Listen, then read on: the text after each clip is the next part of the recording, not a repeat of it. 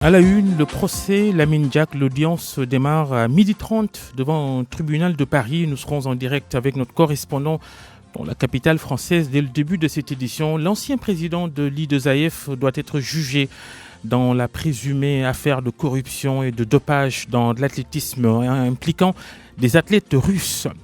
L'affaire Kiontsek, affaire des faux billets devant la cour d'appel de Dakar ce matin. Le juge estime que la procédure peut être nulle, mais les actes subséquents ne le sont pas. Alors, nouveau rendez-vous le 17 février pour regarder le dossier au fond. Hausse des tarifs de l'électricité, le collectif Nyon-Lank accepte de rencontrer le président de la République, mais à une seule condition, que Guy Marius Sagna et ses co-détenus soient libérés. Le grand journal sur RFM et les titres inter. Georges Détché-Diop. Le nouveau bilan de l'attaque de Sinagodar au Niger, 89 soldats tués lors des combats. Résultat, un réaménagement au sein de l'armée, des têtes tombent. Pendant ce temps, en France, le sommet de Pau, Emmanuel Macron attend de ses homologues du Sahel une clarification quant à la présence française dans la zone. À suivre les sports avec Malal Junior Gagne. Construction du stade olympique de Diamniadio, l'État du Sénégal prend date pour le 20 février, jour de pose de la première pierre de cette infrastructure. Teungueth FC, on parle de football local, solide leader de la Ligue 1 sénégalaise après 5 journées. Youssouf Dabo, entraîneur de l'équipe rufisquoise, nous analyse les performances de son groupe dans ce midi. La dernière partie de cette édition, la rubrique au point de vue. Question du jour. Faut-il revoir, alléger les conditions d'attribution des marchés publics?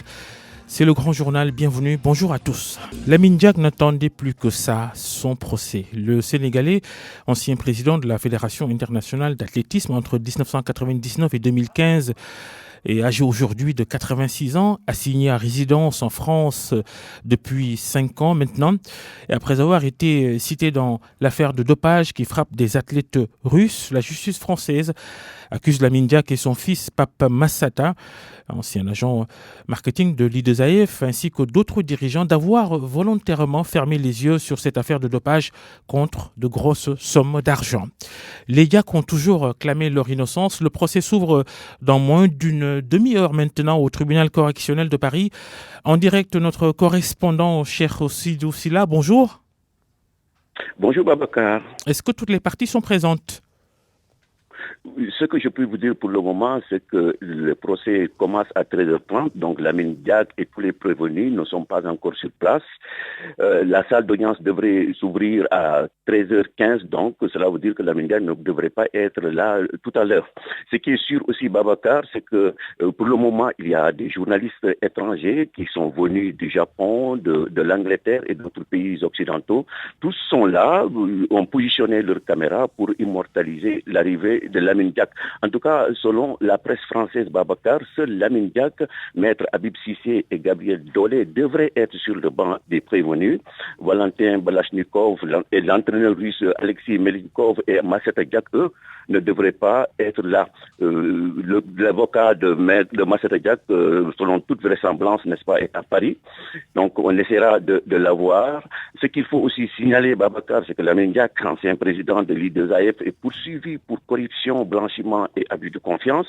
Selon la presse française, l'ancien patron de l'athlétisme mondial encourt jusqu'à 10 ans de prison et une lourde amende pour corruption active et passive, abus de confiance et blanchiment en bande organisée. Cher Sidou, c'est là qui suit pour nous ce procès donc, dont l'ouverture est prévue à 13h30 heure française et 12h30 temps universel. Le collectif de soutien à Lamine Diack suit de près cette affaire et ce procès, et qui donc ce collectif dont les membres n'exclut pas d'envoyer un représentant à Paris avant la fin du procès. Mais en attendant, il continue de prier pour que Lamine Diack retrouve les siens.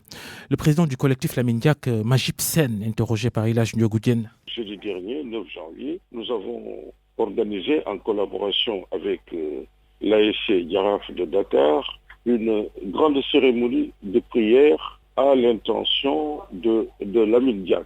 Parce que nous pensons que nous lui devons, n'est-ce pas, des moments de prière et d'imploration de Dieu. Bon, d'ici la fin du procès, il est possible que membres du collectif se rendent à Paris. Mais à l'heure actuelle, il faut retenir que notre ligne de conduite nous interdit en tout cas d'épiloguer ou de faire des supputations sur cette affaire. Nous restons donc en ce moment concentrés dans nos prières et nous invitons une fois de plus tous les Sénégalais à faire de même.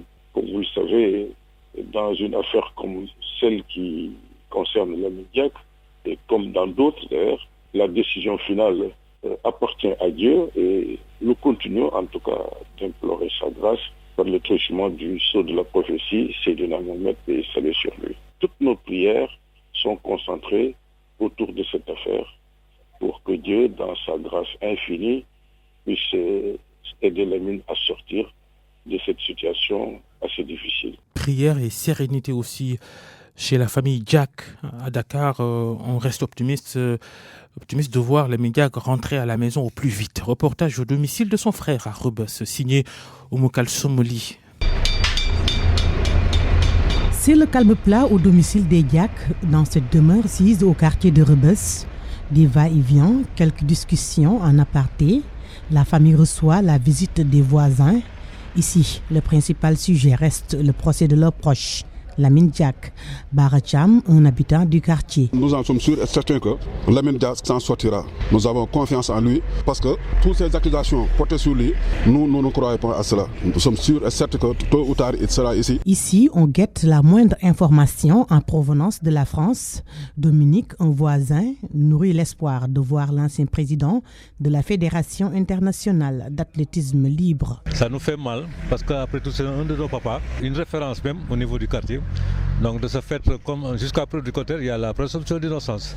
Bon, je pense que par exemple, il est censé par exemple répondre comme tout un chacun. Nous sommes tous de cœur avec lui et nous prions. Le vieux Sidi Abdoulaye Diarra, habillé en boubou vert, pense qu'un homme comme Lamine Diack ne mérite pas un tel sort. Il demande à l'État de faire le maximum pour assister ce fils du Sénégal. La liberté, il n'y a pas de prix. On est toujours bien quand on est libre, mais toujours en prison ou bien même en une résidence surveillée, quand même, c'est dérisoire. Et que l'autorité doit faire toutes ses possibles pour pouvoir vraiment l'aider à remonter le problème. Si le Sénégal le peut bien. À Rebeuss, la famille et les voisins rencontrés prient pour que leur fils recouvre rapidement la liberté. Toujours dans l'actualité judiciaire, l'affaire des faux billets de banque impliquant le chanteur Thione Seck, affaire qui était devant la cour d'appel de Dakar ce matin, et le dossier sera finalement étudié au fond le 17 février avec la plaidoirie des avocats. Ce matin, le juge a estimé que les actes subséquents ne sont pas nuls parce qu'en première instance, vous vous souvenez, le tribunal avait estimé que la procédure, elle était nulle parce que Thione Seck, pendant sa garde à vue, n'avait pas été assisté d'un avocat. Alors, sur la position du juge de la Cour d'appel qui estime que les actes subséquents, ils ne sont pas nuls, l'un des avocats de Thione Seck a réagi au micro de Salimata Aou ce matin au palais de justice de Dakar, Maître Abdou Diali Kane. Il n'est pas d'accord. Il ressort de l'économie de ce qui a été lu par la Cour d'appel que celle-ci considère que la nullité du procès-verbal d'enquête de flagrant délit ne s'étendait pas à tous les actes subséquents, mais devait être cantonné tout simplement à certains actes de la procédure, notamment certaines pages du procès-verbal et certaines pages du réquisitoire introductif d'instance. Voilà en gros ce que la Cour d'appel considère comme étant une juste application de la loi. Évidemment, nous ne sommes pas d'accord avec la décision. Nous allons nous concerter pour voir quelle est la stratégie qu'il faudra mettre en place pour pouvoir faire face. Et il vous a donné rendez-vous le 17 février? Le 17 février. Certainement pour aborder l'affaire au fond. Mais d'ici là, il peut y avoir des rebondissements sur le plan procédural. Et je ne sais pas. Merci d'écouter le Grand Journal sur RFM. Il est midi, passé de 10 minutes. RFM, la radio de toute l'actualité. Le directeur général de l'ONAS, l'Office national de l'assainissement du Sénégal, déplore les procédures de passation des marchés qui retardent souvent les travaux publics. C'est pourquoi Lansana Gagny Sakho propose que le montant de la caution pour les recours devant l'ARMP, l'autorité de régulation des marchés publics, soit revu à la hausse. Il souligne que par ailleurs l'ONAS va se battre jusqu'au bout pour rentrer dans ses fonds dans le différend qui l'oppose à la défunte STE, la sénégalaise des eaux, pour le paiement de la redevance de 11 milliards de francs CFA. Lansana Gagny Sakho était l'invité des RFM Matin aujourd'hui. Il y a deux choses très importantes que l'État doit faire assez rapidement. Il faut revoir très vite le montant des recours et je pense qu'il faut faire une évaluation du système de régulation des marchés publics. Chaque semaine, s'il y a un problème, chaque semaine, c'est que je pense qu'il y a un gros souci. Je pense qu'il faut faire une corrélation entre la caution et le montant du marché. 10%, 15%, 20%, je sais pas. Pour au moins que les gens ne mettent pas des recours rien que pour bloquer un processus. Je pense que ça, c'est la base. La deuxième chose, il faut évaluer de façon globale l'organe de régulation des marchés publics. Il y a trop de problèmes. Concernant les différents ONAS SDE portant sur les 11 milliards de redevances à verser à l'ONAS, la SDE avait été condamnée, mais après fait un recours. Aujourd'hui, où en est la situation? La SDE, comme société de distribution d'eau en milieu urbain, a disparu, n'est plus là. Mais le processus est toujours en cours et nous avons pris toutes les dispositions pour qu'en cas de condamnation, la SDE puisse payer à l'ONAS. La procédure est toujours en cours. J'ose espérer que vers la fin du mois de janvier, on aura un dénouement de cette procédure et on saura à quoi s'en tenir exactement. La SDE n'a plus en charge la gestion de l'eau en milieu urbain et périurbain. Il y a la CNO qui l'a remplacée. Qu'est-ce qui va payer, la SDE ou la CNO? C'est la SDE qui va naturellement payer si elle est condamnée. La SDE existe toujours. Ils ont déjà un bureau à Dakar, ils ont un directeur général, ils ont des comptes bancaires. Et nous avons pris toutes les dispositions nécessaires pour que si la SDE est condamnée, on sera intégralement payé. Après l'eau, l'électricité, avec le 8 mai de Nyolank, les responsables du collectif Nyolank confirment le médiateur de la République, Alioune Badara Cissé, sur RFM devant le grand jury hier dimanche. Nyolank se dit prêt à rencontrer le chef de l'État pour discuter de la hausse des prix de l'électricité qu'il conteste. Mais les membres de Nyolank posent comme préalable la libération de leur camarade Guy Marius Sagna et de ses co-prévenus arrêtés et écroués après une manifestation avortée devant le palais présidentiel sur cette affaire de hausse des tarifs de l'électricité. Daouda Gueye, un des animateurs du collectif Nyolank, s'entretient ici avec Lach Ndiogoutienne. Le problème de la hausse du prix de l'électricité concerne tous les Sénégalais. Au premier chef, le président Macky Sall, qui est l'instance d'où est partie cette décision, l'instance également qui peut revenir sur cette décision. Et comme nous l'avons fait avec d'autres personnalités de la société civile, du monde syndical, mais également des partis politiques, nous avons rencontré le médiateur de la République et c'est lui qui a suggéré effectivement une rencontre avec le président. Et nous avons dit que nous sommes ouverts à toute rencontre qui pourrait nous permettre aux Sénégalais, évidemment, de voir un retour sur cette décision concernant la hausse du prix de l'électricité. Évidemment, on ne peut pas du tout parler de rencontre avec le chef de l'État sans qu'au préalable, nos camarades qui sont là en prison, qui sont injustement retenus. Pourquoi? Parce que tout simplement, remarquez qu'ils ont été arrêtés. Ils étaient au nombre de 9. L'un a bénéficié d'une liberté provisoire, les autres ont été écroués et dispersés dans les différentes prisons de Dakar. Ensuite, 5 ont été libérés. Il reste toujours 3 qui sont en prison. Il s'agit de Ousmane Sarr, de Fallou Galasek et de Guy Marius Sagna. Ce que nous n'avons pas compris, c'est pourquoi est-ce que des camarades qui ont été arrêtés sur le même lieu et pour le même motif, on a libéré les uns et les autres sont toujours en prison. Ça, c'est de l'arbitraire. C'est la raison pour laquelle, avant qu'il y ait une rencontre quelconque, ça tombe sous le sens, c'est une question de bon sens. Il faut d'abord que ces camarades-là soient rétablis dans leurs droits, c'est-à-dire libérés pour qu'ils puissent rejoindre leur famille. Midi 14, ce braquage la nuit dernière à Gaillé, dans le nord du Sénégal, des hommes armés ont dévalisé le bureau de poste de la localité. Les malfaiteurs ont emporté 5 millions de francs CFA. Information, notre correspondant à Richard Toll, Mamadou Diagne. Et pas de course ce matin à l'université Alioune Diop de Bambey. Et pour 3 jours, les étudiants protestent ainsi contre les nombreuses ruptures de services dans les restaurants du campus. Sur le tableau des revendications, il y a également la mise à leur disposition de nombre suffisant d'amphithéâtres. Babacar Diouf.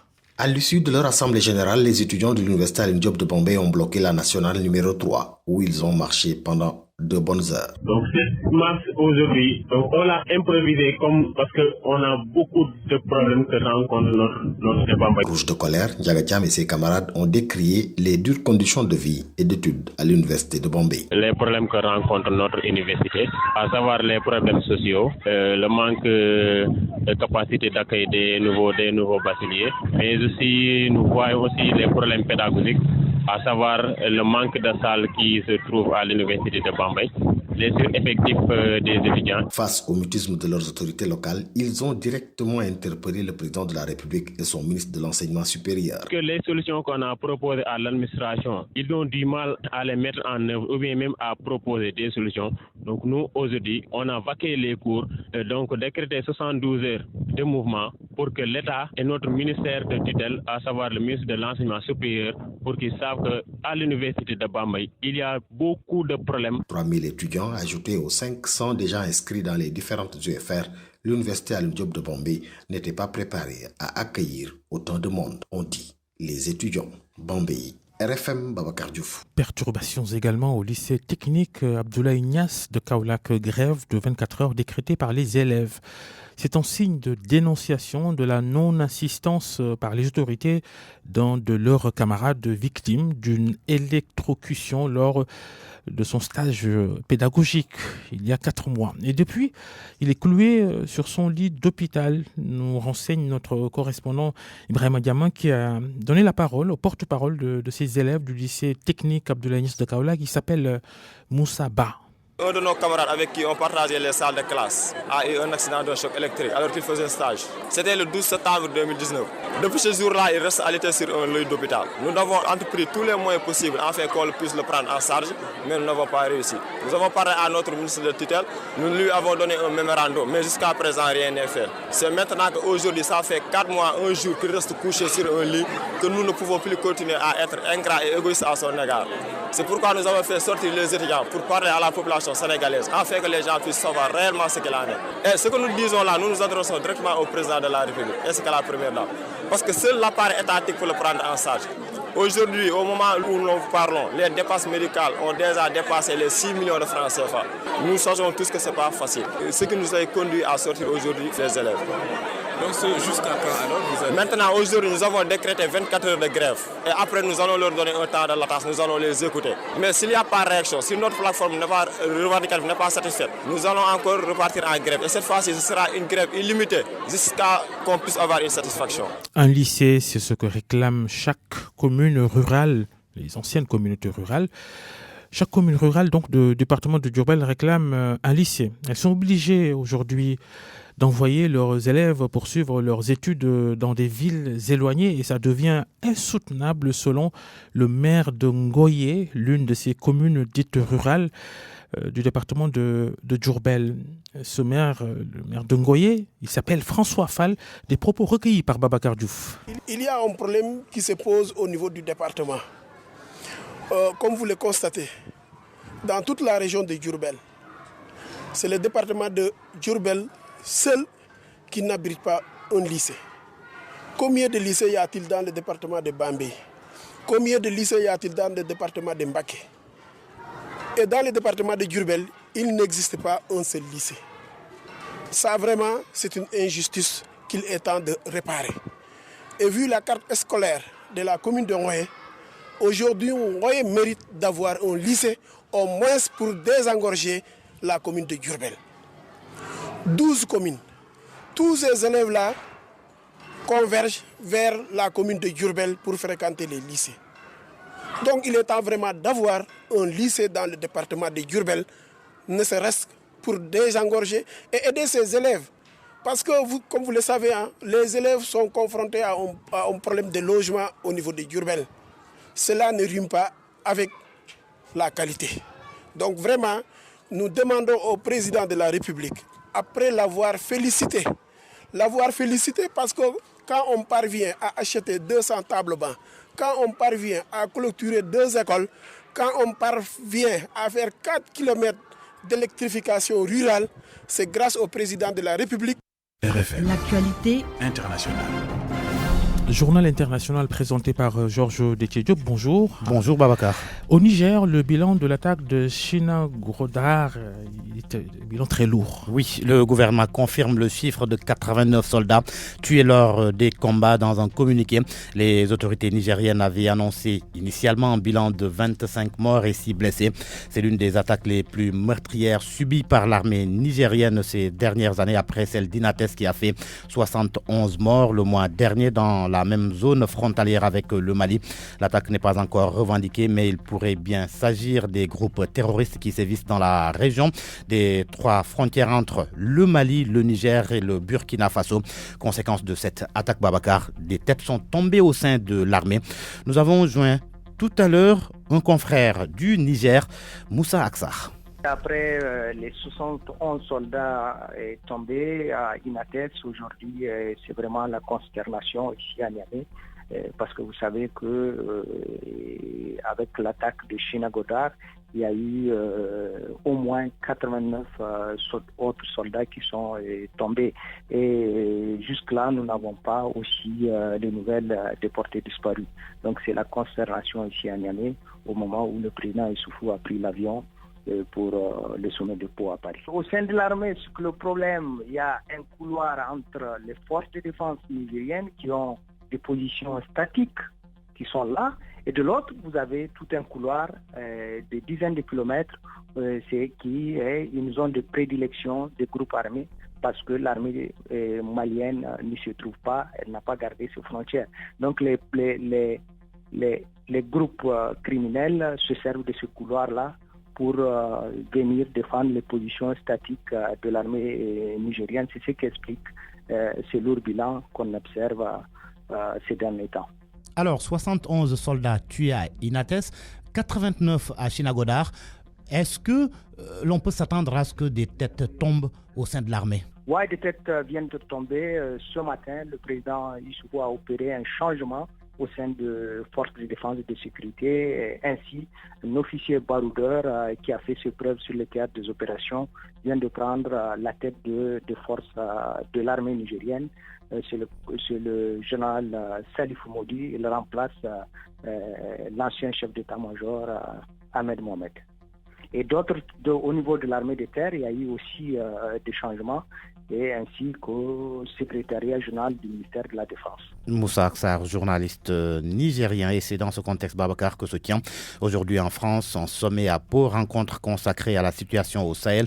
5 semaines après l'invitation de Emmanuel Macron à ses homologues sahéliens, le président français attend de leur part une clarification quant à la présence française dans la zone.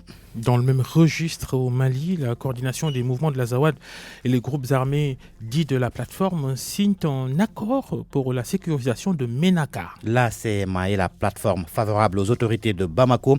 L'accord a été signé hier pour mettre fin à la circulation des armes, l'insécurité et les violences communautaires.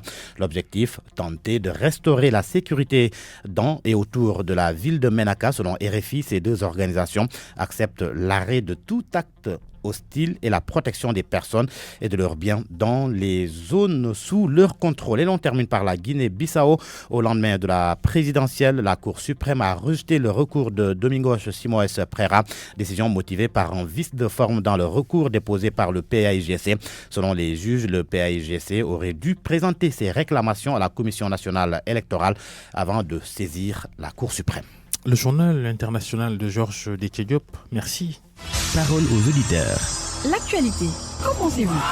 Moi, je pense que vous devez. Réagissez dans nos éditions d'information sur l'actualité. Bonjour. Du lundi au vendredi, vous avez la parole sur RFM. La passation de marchés publics au Sénégal, faut-il alléger les procédures? C'est le débat du jour d'un point de vue tout à l'heure. RFM Sport.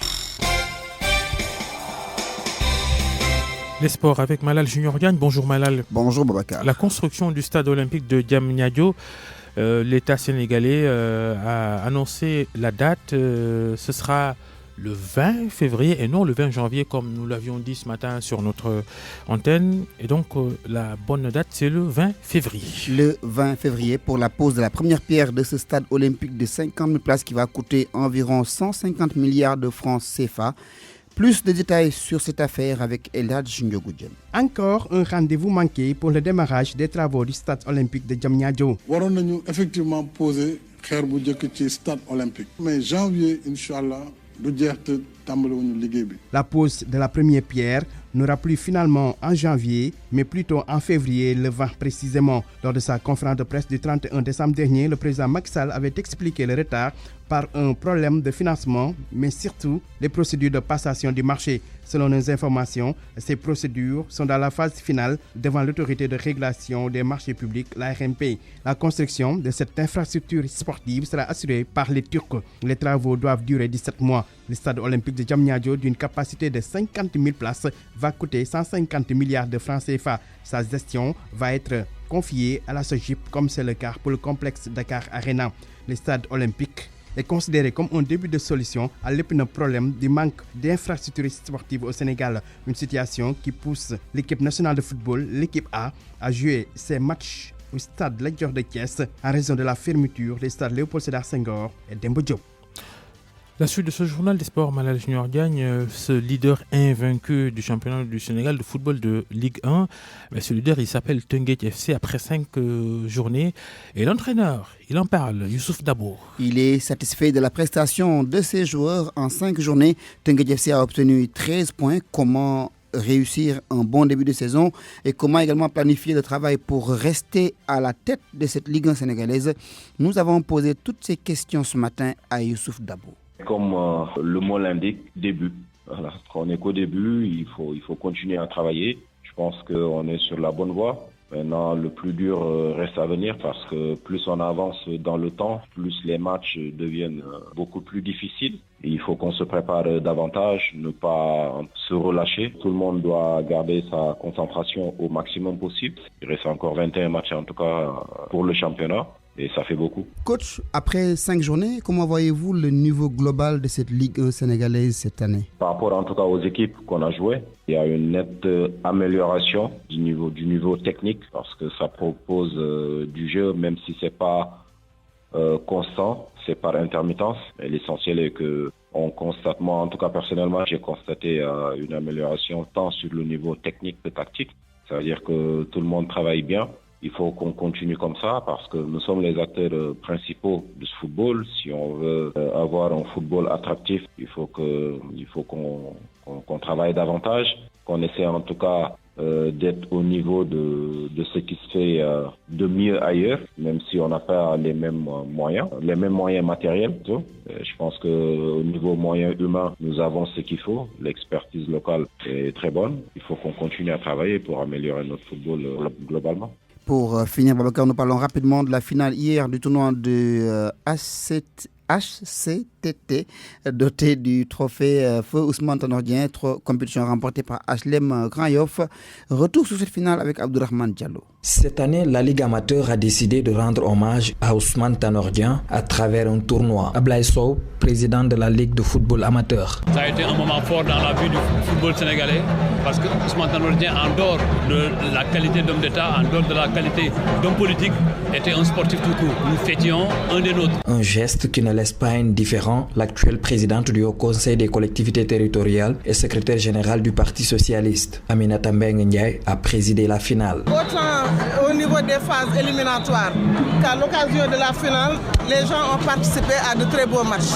Et je pense que l'esprit de fair play qui a toujours animé Ousmane Tanor Dieng, l'esprit d'endurance et de discipline, nous les avons vécus également à l'occasion de cette finale. Une rencontre jouée au stade Caroline Faye de Mbour, fief de feu Ousmane Tanor Dieng. Les Mbourois se réjouissent de cette reconnaissance de la part de la Ligue amateur. Salou Samb est le président du conseil départemental de Mbour. On ne peut pas mettre des mots sur cette fierté-là, de savoir que c'est un fils du département de Mbour, actuellement, qui a eu un hommage national. C'est quelqu'un qui restera dans la postérité. On n'y peut rien, il l'a mérité. La finale de la Ligue amateur a été remportée par HLM Grand Yoff par tir au but. Il a battu Saly Sport Club 4-1 lors des 90 minutes. Le score était de 0 but partout. L'équipe gagnante remporte 10 millions de francs CFA et la perdante 5 millions. RFM Mbour. Abdourahmane Diallo. Match qui se joue Abdourahmane au stade de Caroline Faye. Babacar, c'est tout pour les sports. Revue de presse préparée par Georges Deke Diop. C'est aujourd'hui l'ouverture du procès de corruption à l'I2AF devant le tribunal correctionnel de Paris. Principal accusé, plus en vue en tous les cas, Lamine Diack, ancien patron de l'athlétisme mondial. L'Observateur souligne qu'il est suspecté d'avoir été au cœur d'un vaste système de corruption visant à couvrir des cas de dopage d'athlètes russes en échange de pots de vin de plusieurs millions d'euros. L'Obs indique qu'il sera jugé à l'absence de ses co-inculpés, dont son fils Papa Massata. Selon l'Obs, ce procès tentaculaire aux ramifications internationales devra se boucler le 23 janvier 2020. Tout a commencé en 2015. Source A, qui retrace la chronologie qu'il qualifie de suspecte, renseigne que les premiers ennuis judiciaires des Diack ont beau démarrer officiellement le 1er novembre 2015, mais mon confrère dit être convaincu que c'est dès 2013 que Lamine Diack et son fils ont commencé à faire face à ce qui ressemble à une vraie chasse à l'homme au sein de la Fédération internationale d'athlétisme. Affaire à suivre. Et pendant ce temps, le journal Le Quotidien s'intéresse au prix de l'électricité